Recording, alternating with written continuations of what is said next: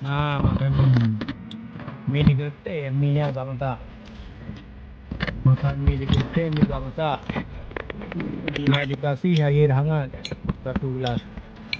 Dia pernah buat video ni. Saya di ni kan, ia hangat ni. Dia pernah buat video buat ia tidak.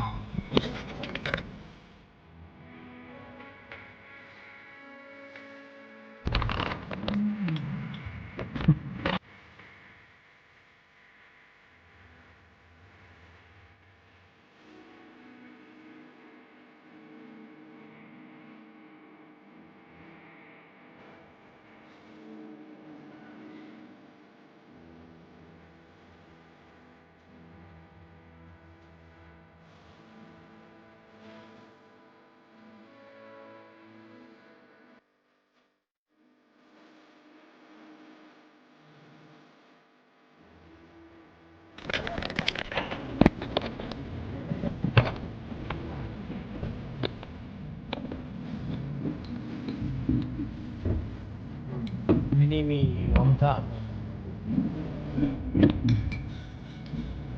Mantap.